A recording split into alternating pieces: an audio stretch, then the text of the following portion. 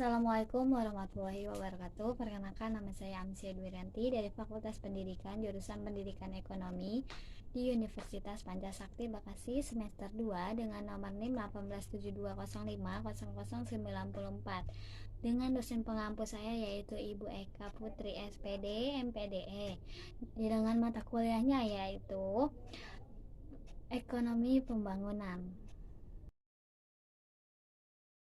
Baik, di sini ada ketidaksempurnaan pasar.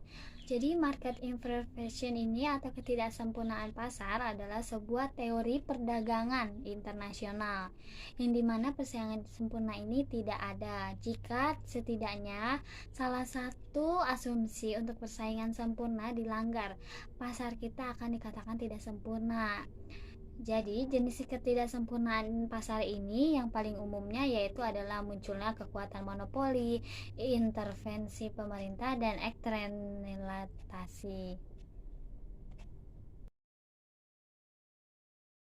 Yang pertama ada kekuatan dari dalam. Maksud dari kekuatan dalam ini yaitu kekuatan di mana yang ada dalam masyarakat sendiri untuk berkembang. Jadi kekuatan ini sangat penting untuk terjadinya perkembangan. Selain itu, kekuatan ini dari dalam juga kekuatan dari luar yang dapat mendorong dan memberikan fasilitas-fasilitas yang dapat mendorong sehingga masyarakat itu terus berkembang. Tetapi dengan kekuatan di luar hanya merupakan pelengkap atau tidak dapat menggantikan kekuatan yang berasal dari dalam masyarakat itu sendiri.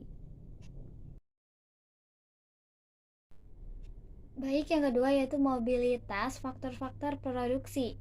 Jadi ketidaksempurnaan pasar atau market imperfection akan sangat membatasi mobilitas faktor-faktor produksi dari penggunaan yang kurang produktif ke penggunaan yang lebih produktif. Untuk mengatasi semua hal ini, maka market imperfection ini harus ditiadakan. Kenapa? Sehingga faktor produksi ini dapat kita gunakan dengan sepenuhnya, tapi menggunakan dengan cara sebagai berikut. Yang pertama yaitu mengganti bentuk-bentuk organisasi sosial ekonomi, memberikan kesempatan-kesempatan untuk memproduktivitas pada teknik yang ada. Yang ketiga, penjualan produk harus diperluas. Yang keempat, keadaan monopoli harus dikurangi. Yang kelima, pasar kapital diperluas. Dan yang terakhir yaitu kredit dipermudah bagi petani-petani dan pedagang kecil. Yang ketiga yaitu akumulasi kapital.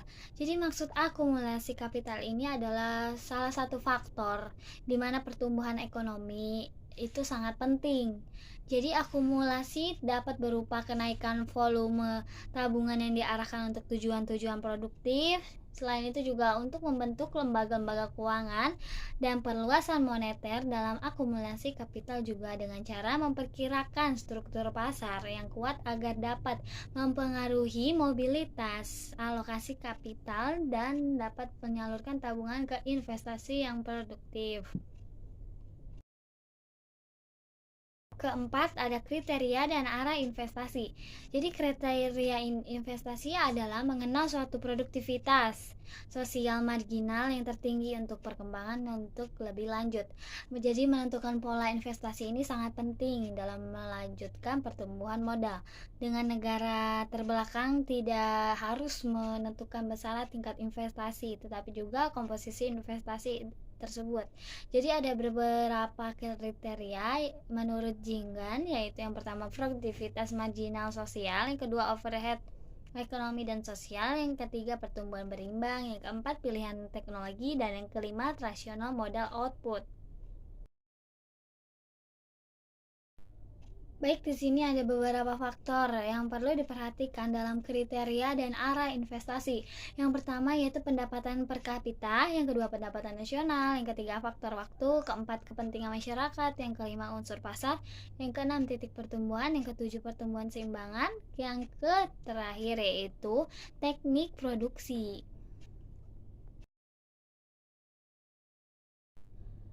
Baik, yang kelima, penyerapan kapital dan stabilitas. Jadi batas kemampuan ini penyerapan kapital atau absorbital capacity, yaitu kapasitas yang sudah ditentukan oleh dua hal. Salah satunya pihak ditentukan oleh adanya tersedianya faktor-faktor produksi komplementer yang bekerja sama dengan kapital, dan lain di pihak oleh syarat-syaratnya yang diperlukan untuk menghindari inflasi dan untuk mempertahankan keseimbangan neraca pembayaran internasional. Baik, yang keenam yaitu ada nilai dan lembaga.